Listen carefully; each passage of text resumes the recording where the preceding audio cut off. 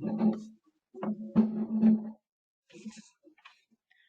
right, good afternoon, everybody. I'd like to welcome you all to the second edition of Heath's Hints, presented by Squash Canada's High Performance Director, Martin Heath. Many of you know Martin is a top former PSA player, all the way up to as high as number 4 in the world. And as you may know, he is involved with one of the U.S. colleges in the U.S., and he's going to speak to that as well as some tips today in our presentation called U.S. College Tips. Martin will take over in a couple of minutes and has a couple of special guests as well to talk to you as well as answer questions. Just a couple of formalities. A reminder to keep your microphone muted throughout the presentation unless you're going to ask a question. If you wish, you certainly may unmute your microphone at any time and ask your question, or you can use the chat option. Any questions put in chat, we will answer at the end of the presentation. And then also just to keep your webcams off. Otherwise, I'd like to turn it over to Martin and his guests, which he will introduce for U.S. college tips. Take it away, Martin. Thanks, Jeff. Guys, thanks for logging on today. So the point of today's presentation is actually just to give some clarity to the college application process, and when you should be doing certain things, and there's quite a few different rules there as well. So giving some clarity to that. So this is me presenting. I'm not presenting as a representative of CSA or of the college that I coach at. I'm trying to give you information in my role as a high performance director for Squash Canada, just because I have some hopefully some good information. We also have hopefully on the webinar a couple of members of the Toth family, Matthew Toth, and I think his father Pat. So they'll be able to hopefully give some information from their point of view, as people that have been through the process actually in the Toth family's case quite a few times with a few kids. And also David Pullman, who is the league administrator for an executive director of CSA. So all of these people will be available to answer questions at the end. And I think, like all of these things, this is not meant to be exhaustive. The information I'm providing is not exhaustive. So asking questions that are pertinent to you, and that will be the most important thing that you get out of this. So hopefully be a few good tips here and there. So keep on going, Jeff. Next slide, Jeff. Okay, just a little. Today we're going to be talking about just the current climate. What's going to happen? What it's looking like? What college is looking like right now? Also, just what to expect from CSA. What to expect from the college sports world. Some timelines, like just the process, whether recruiting or prior to that, the types of applications, financial aid, which is obviously a huge part, the value proposition as Canadian families that have paid in taxes for maybe up to that point 17, 18 years. Why do you, what's the value proposition of going to the States over staying and paying, maybe $6,000, $7,000, $8,000 back in Canada? And also with the exchange rate as well. And then we'll do a quick summary and some questions at the end. So next slide. Next slide, Jeff. Should be there, Martin. So, okay. So the current climate. So, I mean, obviously, we're still, all of us are sitting home. We're not really too sure. There may be some differences between the States and Canada, but not too many, it doesn't seem. It seems as though Canada may be a little bit slower to open up, but we don't know. For now, we just know that that everything is going to be shut down until next semester. I think some colleges have even been saying that next semester may not happen, but there's certainly been no directive. There's nothing coming from CSA. I think David Coleman maybe can speak to that later on. But in terms of demand, in terms of willingness of students to attend campuses, and also what's going to happen with, are people going to be willing to pay that amount of money if they're doing online classes? And so we just don't know. I mean, that's really where we're at right now. What I can tell you is that athletic departments are always the first thing to get cut when there's a budget cut. So that is likely to happen. We're going to probably get furloughed very, very soon in some way. We don't know to what extent. I imagine every college will be slightly different. But it's so that's obviously that could take a toll on some of the programs. We don't know what all programs try to do. They try to fundraise. A big part of of college athletic programs in the States is getting money from alumni to give back to the program to eventually build an endowment, which is like an annuity that then spits out 4, 5, 6% every year, and that will help run your program. Some programs are already endowed, probably the big colleges that you know of that have been going for years and years and have huge endowments. They'll probably be completely fine. They'll be self-sustaining. They don't need a budget from their athletic department or from the college. But again, that not all colleges will be like that. So we don't know. Again, it could have an effect upon some programs. In terms of the game, squash is obviously played in a confined area, so we just don't know. I mean, in terms of testing, in terms of how we just we don't know whether is it more likely that people will get back to play tennis before playing squash? I would say probably yes. But if there's sufficient testing, then maybe it's going to be fine. So again, we just don't know. We're all kind of up in the air about this. The CSA coaches and the administrators are meeting fairly regularly to talk about this. There is talk possibly of putting it later, trying to squeeze everything into a kind of 7-week period at the start of January, February into March. But again, we just don't know. So next slide. So just so moving on, just to forgetting about that part of about the unknowns for a moment.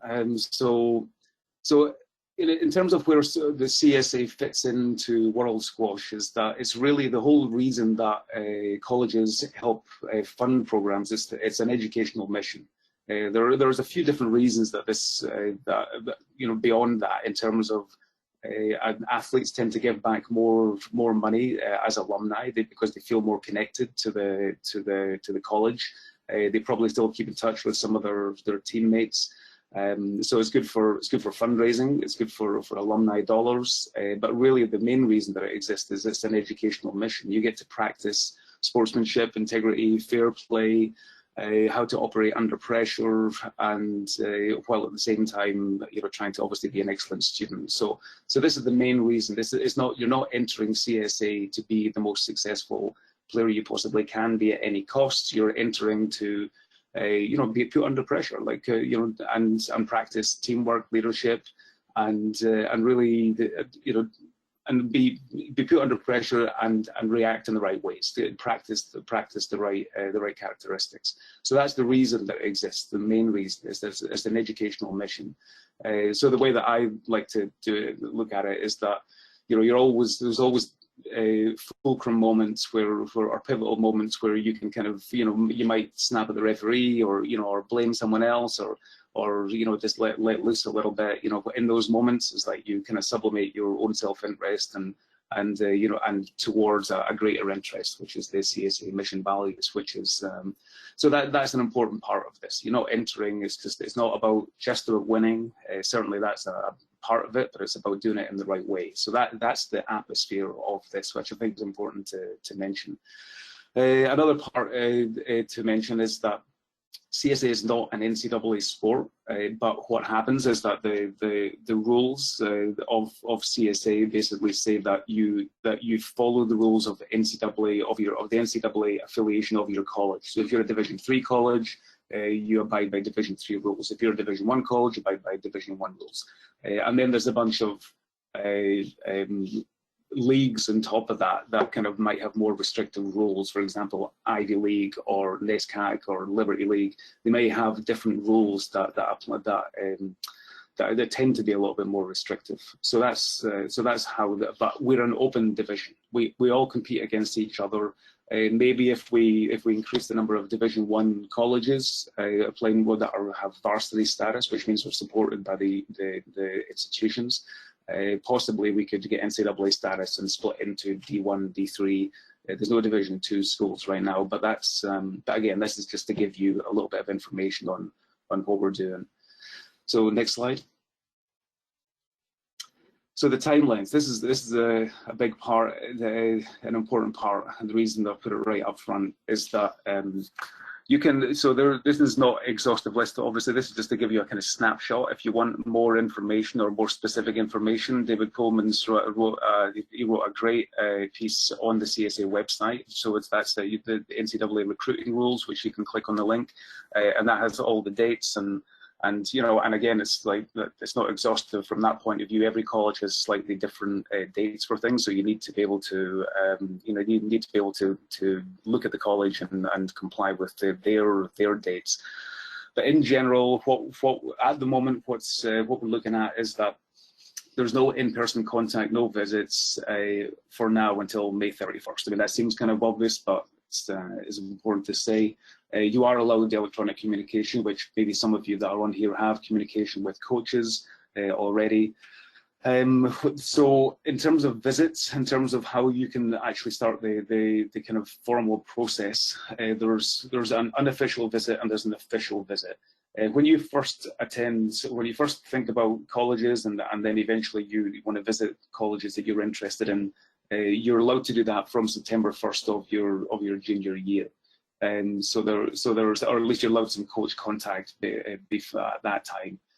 Before that time, like you can look at the website, you can, but you can't have any coach contact. You can contact them, but they can't contact you. And if you go to the college, you can't have any contact with the coach before that time. After September 1st, your junior year, you can make a visit.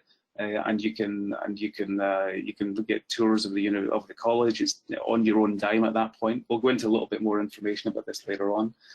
Official visits can take place from January 1st of your junior year. That's when, you know, sometimes those are paid by the college, quite not often, but sometimes they are. November 1st of your senior year is the early decision applications can be made. January 1st is usually regular decision. Again, there are some variations with these from college to college. When you get to college, September 1st is when you can start off-court training, usually just after Labor Day, and then up until round about October 15th. So that varies. That's when you can start doing on-court training, which is what you expect when you go to play squash at a varsity team that plays in CSA. So October 15th is usually where people start. Again, we're not an NCAA sport, so it's not dictated a lot of the time. So sometimes we follow basketball essentially. That's a similar kind of timeline as us. So October 15th, I think NESCAC starts a little bit later. Ivy League might start a little bit later, maybe November 1st. I think NESCAC might be November 15th.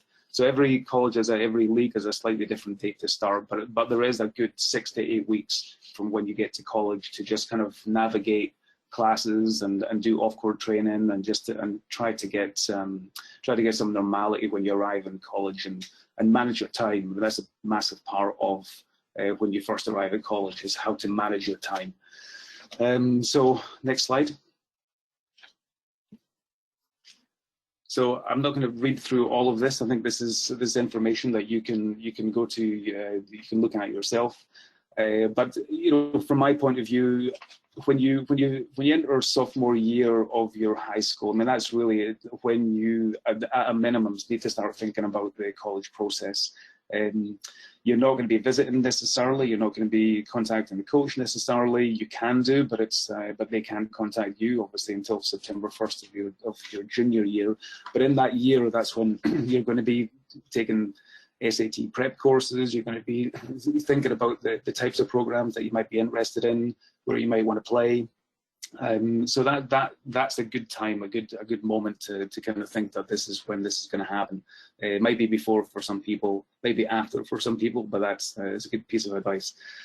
Again, this is where the CSA guidelines of playing squash in college. David Pullman wrote this on the CSA website. It's way more exhaustive than a lot more information than I'm providing here. So click that link, have a look at that. And do your research from that time. Like, start doing your research. Talk to your school counselor. Talk to your coach. Talk to people that have been to college. You know, follow CSA. Follow some matches. The national championships are pretty much always online now, and the individual national championships as well. So you can get a good feel for this. research the colleges, look through the curriculum, see what you might be interested in and what colleges fulfill that. So there's a lot of information out there, but you have to take that on pretty much yourself, and with help of all of these, with parents, coaches, peers, and school counsellors. So you can email the coach, as I said, but they can't email you. What I would say from my own point of view, I would say be patient. Coaches get a lot of emails, so if a coach doesn't necessarily get back to you immediately, it's because they've probably got 100 emails they need to get through. So it's not going to be immediate. Sometimes you may need to send a reminder. But the most important part of this is that when you first contact a coach, don't expect them to, ask all the questions about you and, just show your interest in with one sentence. Is that when you contact them, it makes sense to have your information very well designed. So having a link or just a PDF of your high school transcript, which obviously you can get from your school. If you have taken the SAT or ACT well, obviously not for Canadian students, you're not going to sit the TOEFL or IELTS, but just proof of English language. If you have sat any standardized tests, include those as well. A video or a link to a match on YouTube, if there's anything of you playing, whether it's a match at your local club or whether it's in national championships, like any kind of link that just has a bit more information, like shows you playing, that's very useful.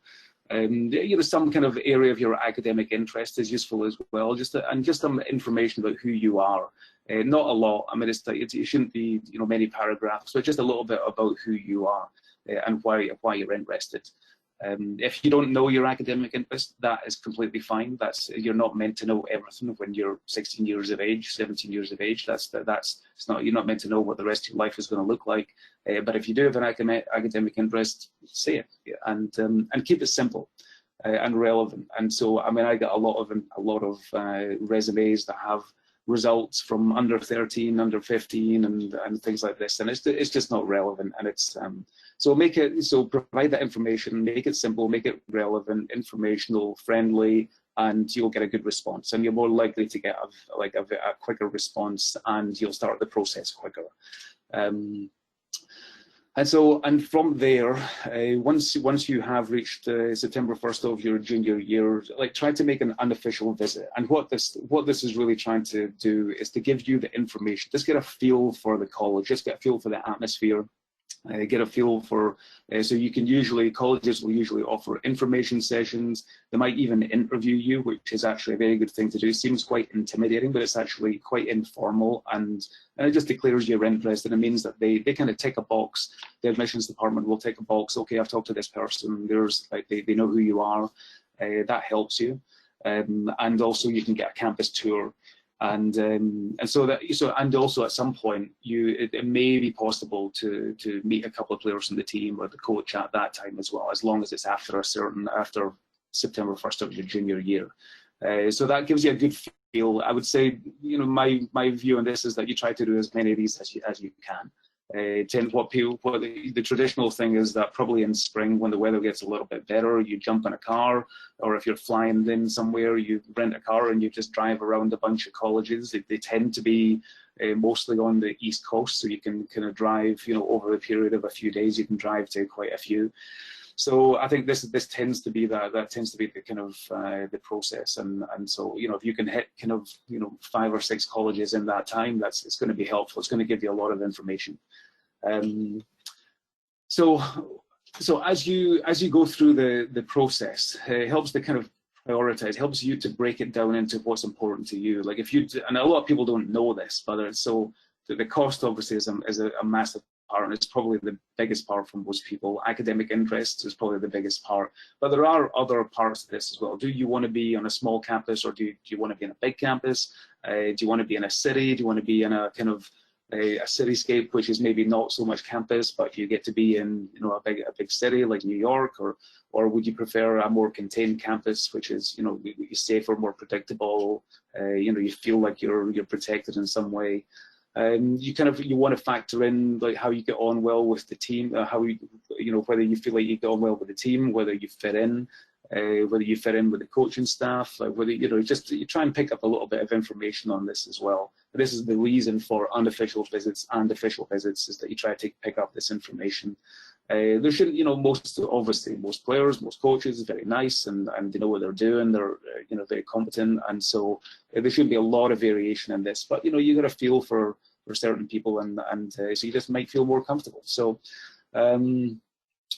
And also, would you rather play lower down on a higher team, or sometimes even when you start, you might not even be on a very highly ranked team. You might not even be on the team to start with, and you might have to work your way up. Or would you rather be higher up on a lower ranked team? I would say there's value in both of these experiences. The experience of playing varsity sport and college squash is phenomenal. It's a great experience, and I think both of these situations, or anything in between, provides good value. So, and then from there, once you've kind of picked up a little bit of information on this kind of stuff, and actually going back to the cost, what you can do with the cost, again, we'll talk about this more later on future slides, but you can get a pre-read. And that it doesn't tell you, if anything, it's probably going to be a little bit conservative. But it gives you a rough idea. Again, there's not going to be massive variation with financial aid from different colleges, but there are differences that we'll go over later that could affect this quite a lot. So I'll allude to that later. But what you're trying to do is you're trying to narrow it down to about 1 or 3 colleges. You're not going to take official visits, and that's like overnight stays where you're probably staying with the team. You may be practicing with them. You may be going to classes. And it's really that's when you're making that decision whether this is one of the colleges you want to go to. So you really want it this between 1 and 3 colleges. You probably don't want to do that at 6 to 10 colleges. It's just going to be a lot of time, a lot of effort. You may be more confusing. So try to narrow it down before then, based upon these kind of priorities. 1 to 3 is probably pretty good. Contact the coach to make an official visit, and it's usually, as I said, usually in spring of your junior year or fall of your senior year, sometimes before the early decision deadline. That happens quite a lot in October, where the weather's still okay and you still get a good feel. And then we'll go, and then at that point you make a decision about where you're going to apply, and also what type of application you're going to make. So next slide. So just to go over the recruitment process. So if you're a very good player, the likelihood is that you'll probably get an email from 1, 2, 3, maybe more coaches. They'll probably reach out to you, but it's not very often that happens. So just don't rely on the coach reaching out to you. Don't feel offended if they don't reach out to you. It just means that they're probably focusing on 3 players that they really want to get in, and they don't want to get confused by it. They're not going to do that for 20 players. They're trying to focus on a certain number of players, and that's from a worldwide pool. So if you happen to be number 4 on that list, and you may not get that call, that email, don't take it personally. It's a competitive pool. So take the process on yourself. When you go to a tournament, when you're at the Canadian Open, the Nationals, coaches can't talk to you. I mean, that's the rule. It's an NCAA rule that we all follow, with whether you're Division 1, Division 3. Division 3 coaches, for the moment, can talk to your parents or your coach during the tournament, but Division 1 coaches cannot. So there are some differences. Again, I think what David and what CSA are trying to do is try to kind of even out all of these rules as much as possible. But just expect that you're not going to get talked to by a coach while you're still in the event. Before the event, after the event, it's fine, but not during the event, not while you're still competing. And the tournaments that you're looking to go to, where you might come into contact, where you might have coaches watching you and picking up information on you, is at national, sometimes for provincial events. A lot of the US coaches will travel up to the Ontario provincials, or at least some of them.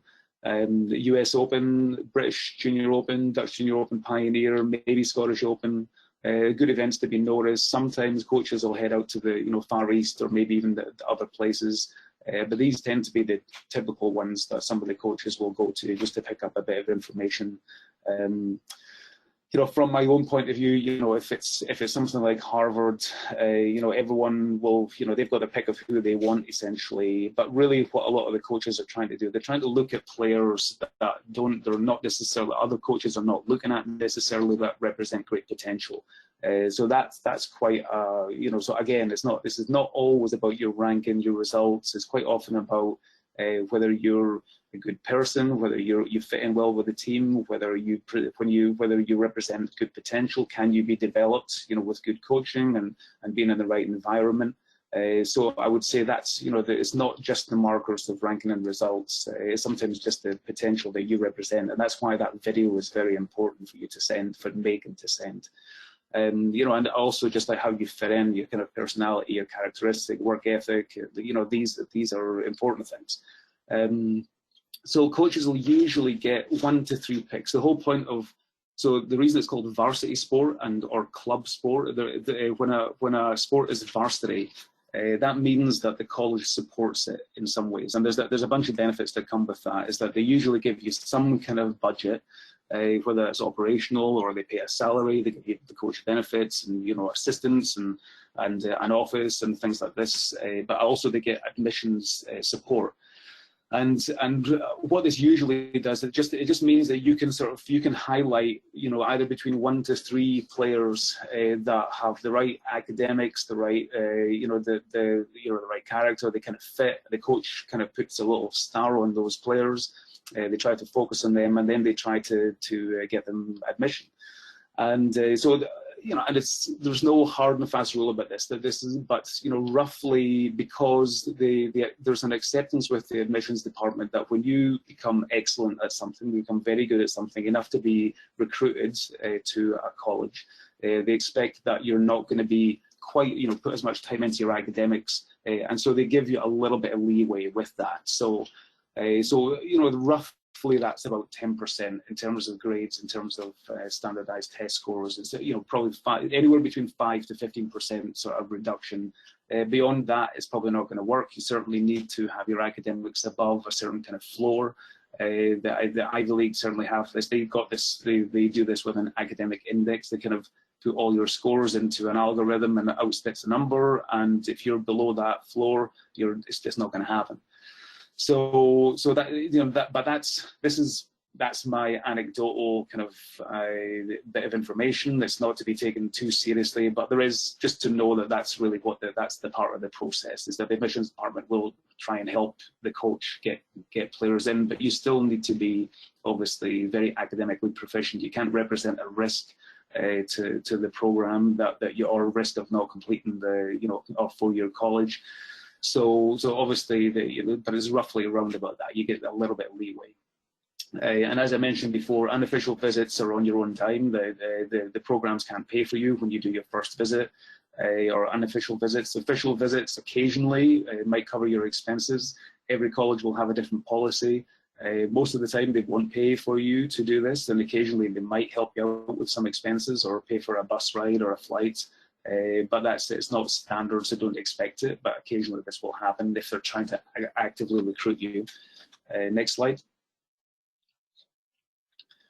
So in terms of applications, so some of you might know about the different types of applications. I'm just going to give a quick overview here. Again, we can go and have some questions at the end for myself or for the other experts on the call. So almost every college coach will want you to apply early decision. So there's regular decision, early decision, usually early decision 2, and early action, which seems very confusing. So you can't just apply, you'd say, well, you can just apply regularly and apply to a bunch of different colleges and see what happens. What tends to happen is that coaches want you to apply early decision, and that's really where they can get as much support from the admissions department to make this happen. They've got the commitment from you. What happens in early decision is that you can only apply to one school. You basically throw all your eggs in one basket. If you get accepted, you have to accept. This is there are maybe situations where you get in circumstances that or unforeseen circumstances where you can't accept. They're not going to take you to court. They're not going to be able to sue you for not taking that spot. but it's frowned upon. And admissions departments actually talk to each other. And so if you, so if you're kind of trying to game the system and you vote an early decision to try to get some minimal benefit to get in, and then you get accepted, you turn it down, you decide to go somewhere else, the admissions department will know about it. So it's that's that's really with the downside of not there's that kind of contract.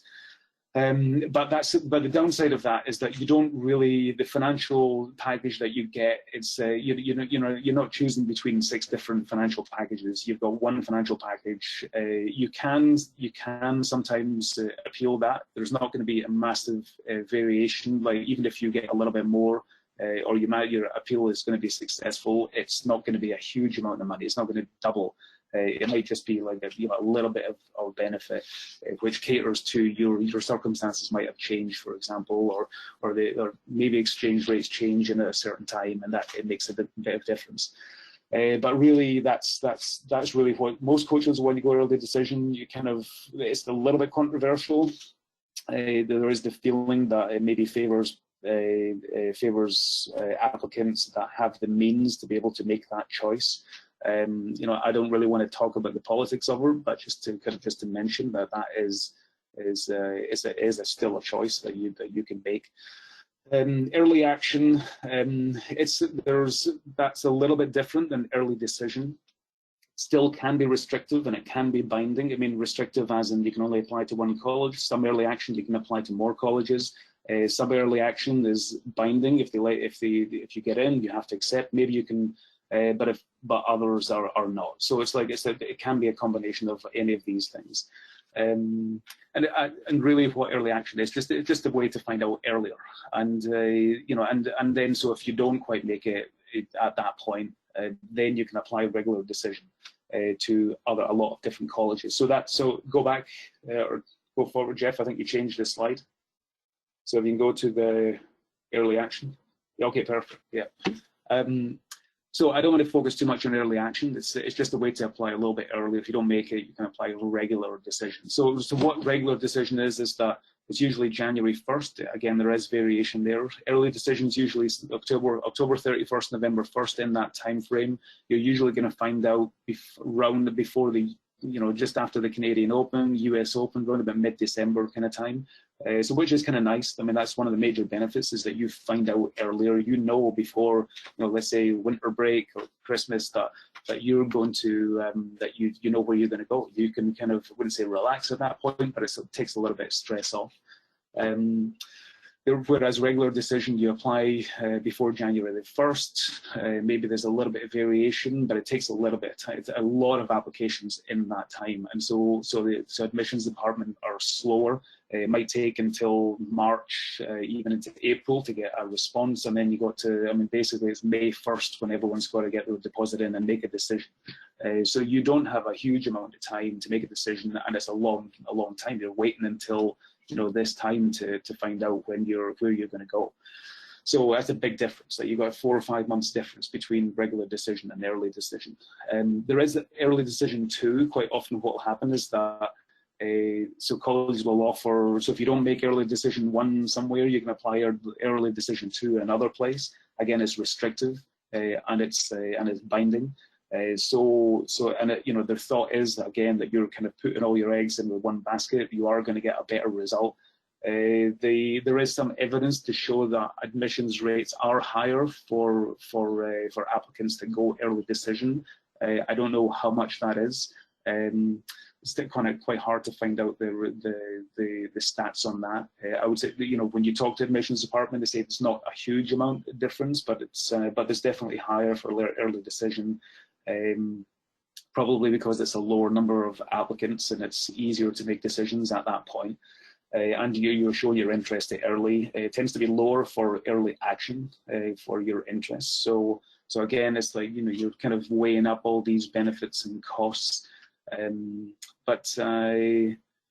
really what admissions departments are trying to do is they're it's kind of good to know this, like, the process is that they're trying to let as few people in as possible, but then the people that do get in, they're trying to get their yield very high, which is the number of people that accept. So that's their game. That's really, they're trying to get the best statistics for in terms of grade, so they can, it's part of their branding, it's part of how they advertise themselves. They want to be very restrictive. They want the academic standards to be incredibly high. They want everyone to apply, and they only want to let in a certain number, a very low number of people, and they want everyone to accept. That's really their game. That's what they're trying to do. So in terms of if a coach will give you one of those spots, whether it's 1 to 3 spots, if they give you a spot, then the process really is that you try to, because you're probably going to have to go early decision. Some colleges you're going to have to go early decision. Complete a financial aid estimate. So through the coach or through the admissions department, you'll be able to make a financial aid estimate. You fill out, usually it's assets and income, and it's usually a projection of what's going to happen next year, what your income is going to be next year, and then you'll be able to make a more informed decision about whether you want to go early decision at this place. If it doesn't seem as though it makes financial sense, then you always have that choice. It's like, okay, well, I'm going to go regular decision. It's going to be easier. I apply to more, I have a better choice. Let's see what happens. And as I said before, is that you can make an appeal, but it's, they are accepted based upon certain circumstances, but I wouldn't expect too much from that. Next slide. So financial aid, this is obviously a massive part. The main reason, probably the main differentiator, I would say. Some people, this is not an issue. For most people, it is, and especially from Canadians that have, it's going to be a lot cheaper in Canada, and obviously great colleges as well. So what's, why are you going to do this? You need a good reason. There's got to be a good value proposition to make this choice. What I would say is that every college has a slightly different policy for financial aid to international students. Some colleges will treat everyone the same. They'll just plug all your information into an algorithm and outspits a number, and they're gonna basically treat you like an American student. A lot of colleges are not going to do this. They don't have access to some aid, or you don't have access to federal aid, and so it tends to be a little bit different. But a lot of colleges will treat you exactly the same. Let me see. As I said, colleges will want to, they want certain profile of applicants. So non-IVD1 colleges can offer athletic scholarships. So I receive a lot of emails that say, okay, I'm looking for a scholarship. And I said, well, okay, we don't offer athletic scholarships. Your athletic prowess and the fact that you've been great as a junior and you've done some really cool things through being involved and being an elite player, that helps you. Of course, it helps you, but it doesn't get you an athletic scholarship. And because it's a mixed, bag of Division 1, Ivy, Division 3 colleges that all have slightly different rules. It's only the Division 1 colleges like George Washington, Drexel, UVA, Georgetown, and Stanford Women that can offer you athletic scholarships. What tends to happen is that the amount that you will get will probably be the same. It doesn't, whether it comes from athletic scholarships, merit aid, academic scholarships, or just financial aid. There's not going to be a massive difference. What the colleges will do will probably, they'll just pool money from different areas to try to put together a package that makes sense. But that is something that the Division 1 colleges have as a slight benefit, is that they can dip into this pool of athletic scholarship to just make it a little bit more comfortable for you. But there's only, at the moment, there's only 5 colleges and not all both programs. So it's so I think George Washington, Drexel, UVA is both programs. Georgetown, I think it's women. Stanford is women as well. So that's those are the ones that can offer specifically athletic scholarships. So another question is, well, how are we supposed to do this with the Canadian dollar? I mean, I think it's 1.42, something like that, to the US dollar right now, which is, 5 or 6 years ago, it was 1 to 1. So it's just, it seems terrible. But what actually happens when you go through when you plug in the numbers to the algorithm, you're plugging it in as the US dollar equivalent. So you don't get penalized for the rate.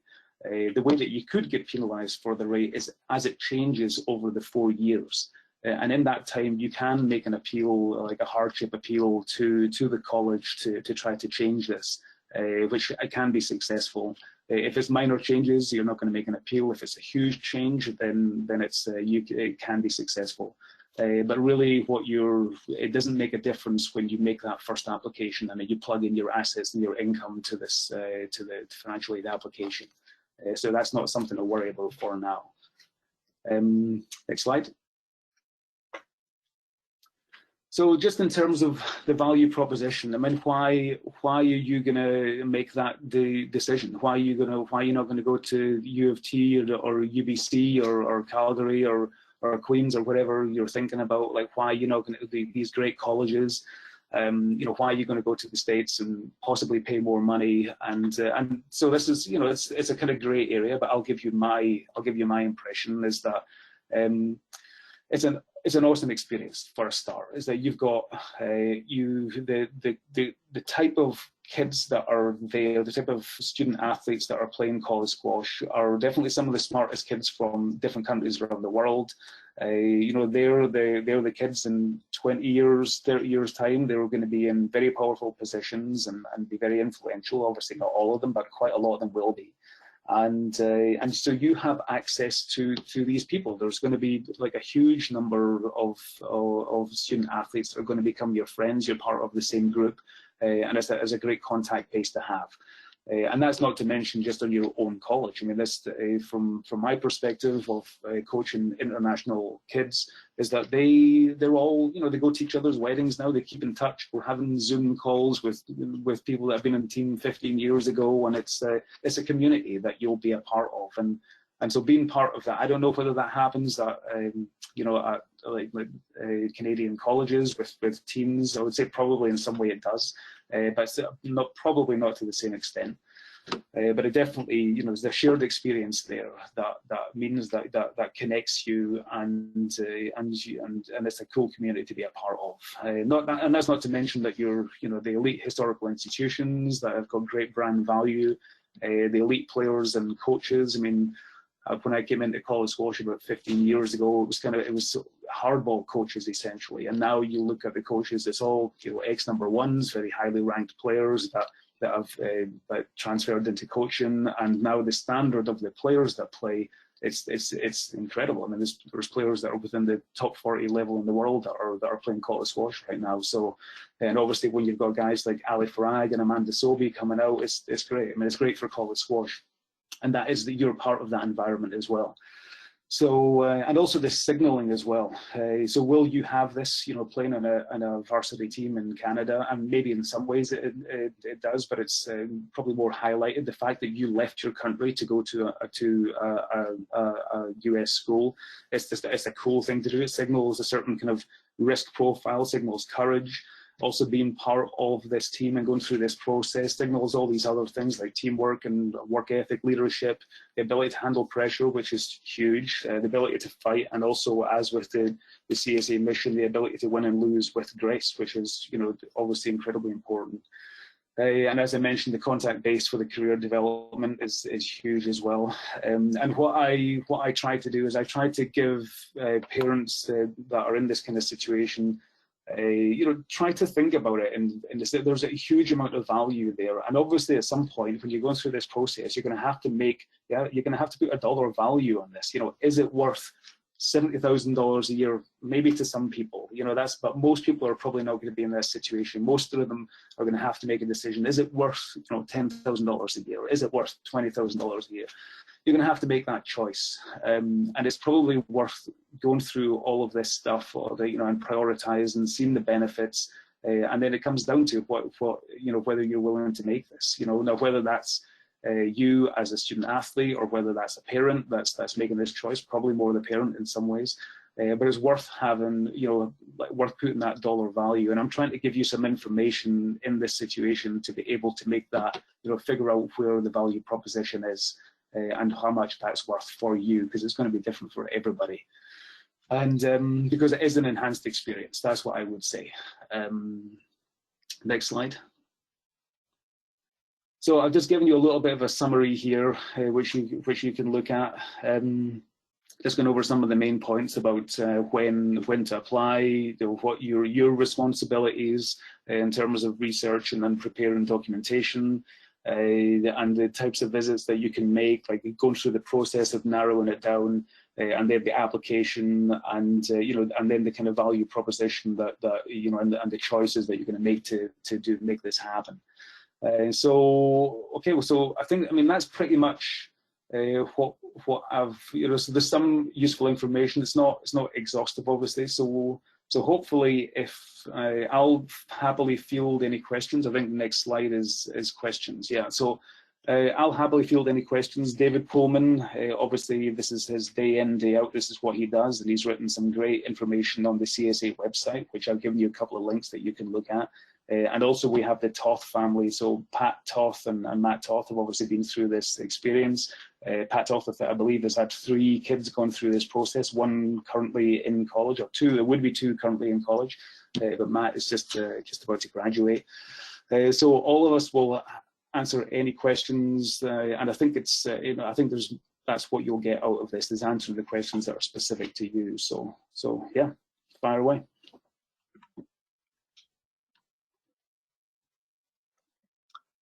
Thanks, Martin. We're going to open the floor to questions. So if you want to ask your question, by all means, unmute your microphone, or you can type it in the chat. But as we wait for the first question, I don't know if maybe David, did you want to say anything from a CSA standpoint? Sure.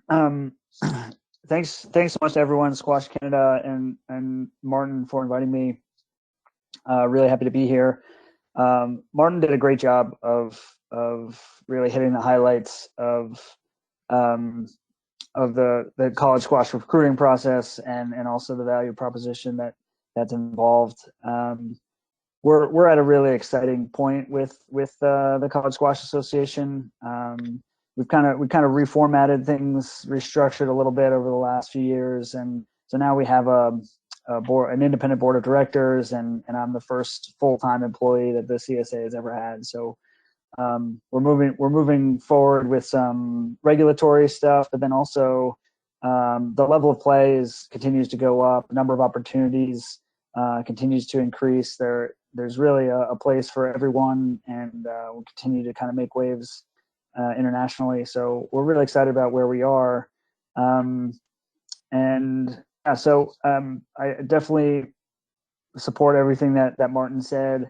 I would just reiterate that it's a fluid process. There are a lot of steps to it, and every coach and every institution has a different process. So if you find that you start to gravitate towards that smaller group of schools, I would really encourage you to do your research, reach out to the coach, reach out to the admissions offices, to understand their process, their deadlines,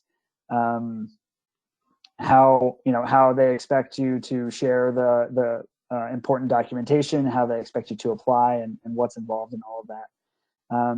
The other thing that I've been stressing in some of the programs that I've done is that your admission to an institution is not finalized until you get that letter of admittance from the Office of Admissions. The Office of Admissions at U.S. colleges are the only ones who can guarantee that admission to the school. And so you may have heard of experiences with your peers or at tournaments where kids, some of your competitors are saying, well, I'm committed to going to school X, or this coach told me I can get into school Y.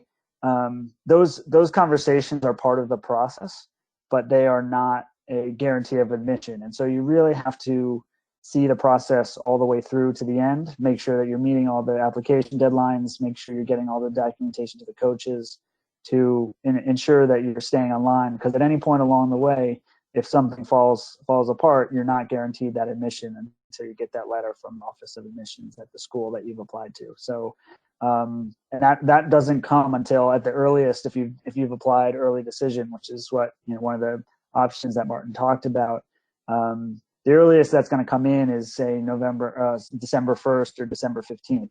So of your senior year of high school, your last year of high school. So you really have to ride it all the way through. You have to maintain communication with the coaches. and they'll maintain it with you if they're recruiting you and they want you to be part of their program.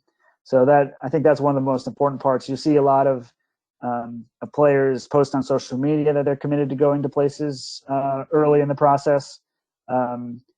You take that with a grain of salt, because again, nothing is guaranteed until you hear from the Office of Admissions. So that's my main point, and I'll open it back up for some more questions if they're out there. Thanks, David. So first question here from an ALP or an ALP, I apologize.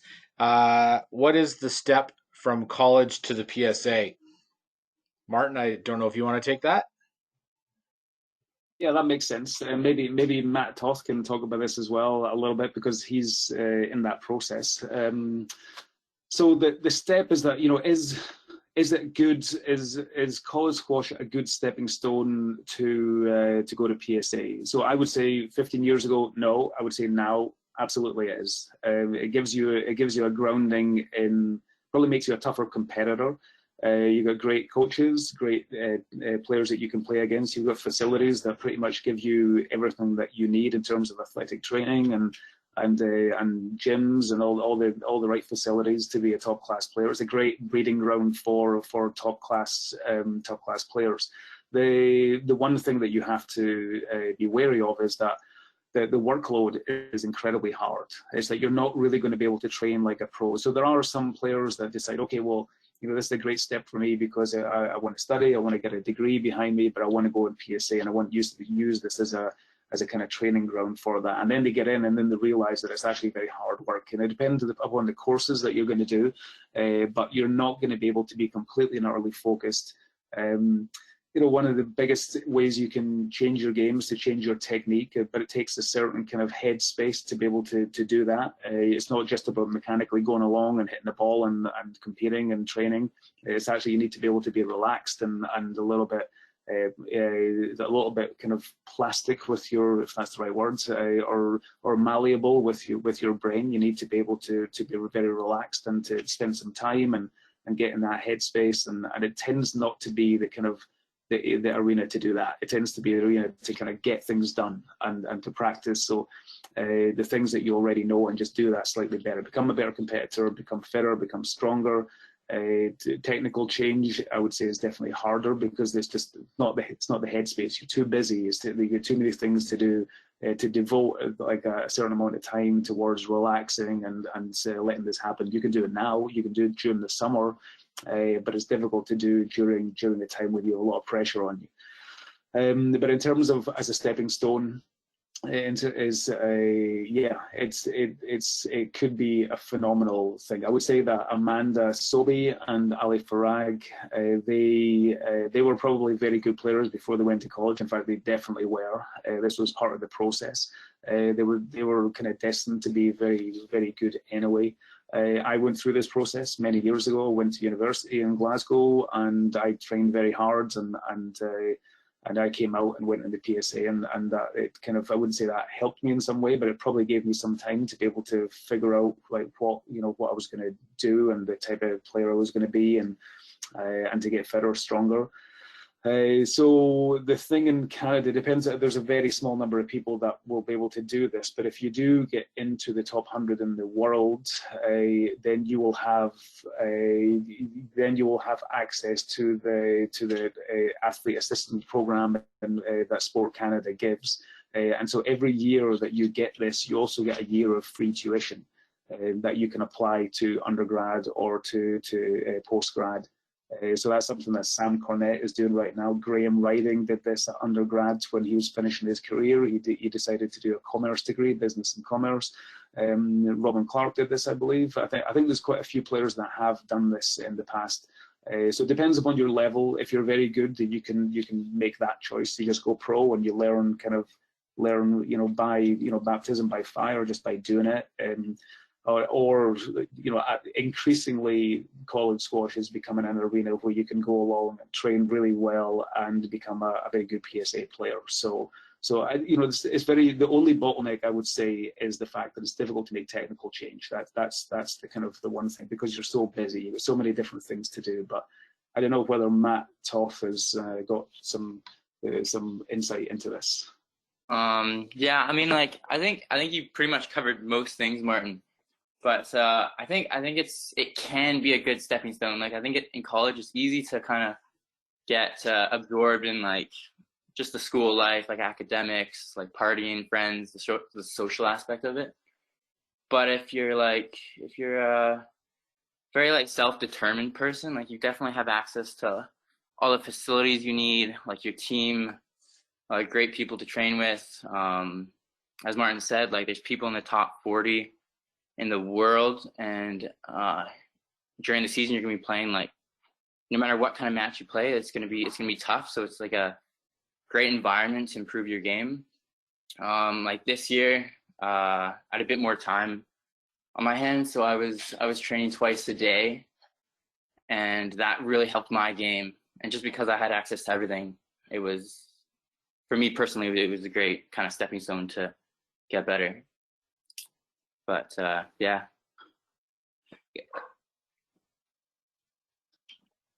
Well, hopefully that answers any kind of questions. And yeah, take any further questions. Any other questions? I will mention that certainly if you come up with questions after today's webinar, that Martin himself, certainly David at CSA, and I'm sure even the TOS, by email, would certainly welcome any questions and be happy to provide any guidance to you if you come up with questions after the fact.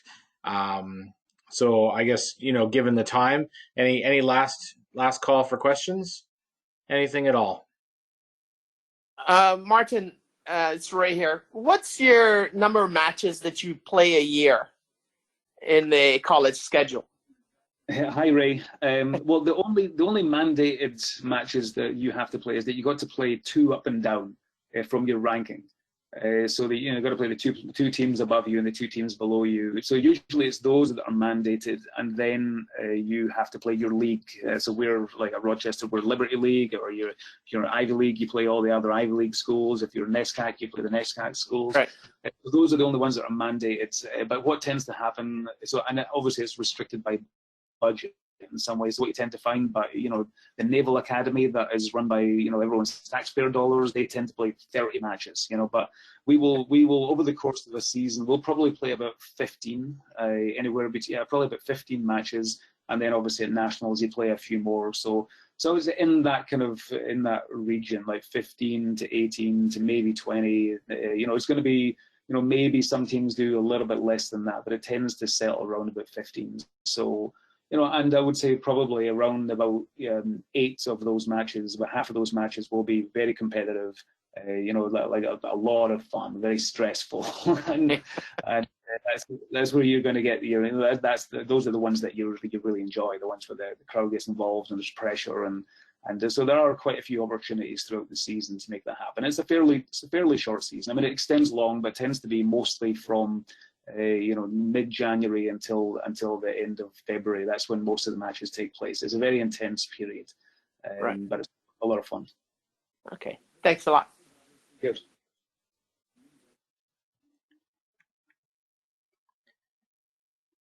Okay, I see that it's 1 o'clock, so we're going to wrap this up. First off, I'd like to thank the Toth family for joining us and for some comments, and to David from CSA, thank you as well.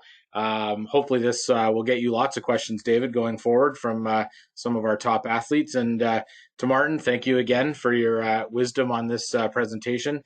For future Heath's Hints, if you have ideas that you'd like Martin and I to consider putting together, please don't hesitate to email info@squash.ca, and we'll certainly work on putting those topics together.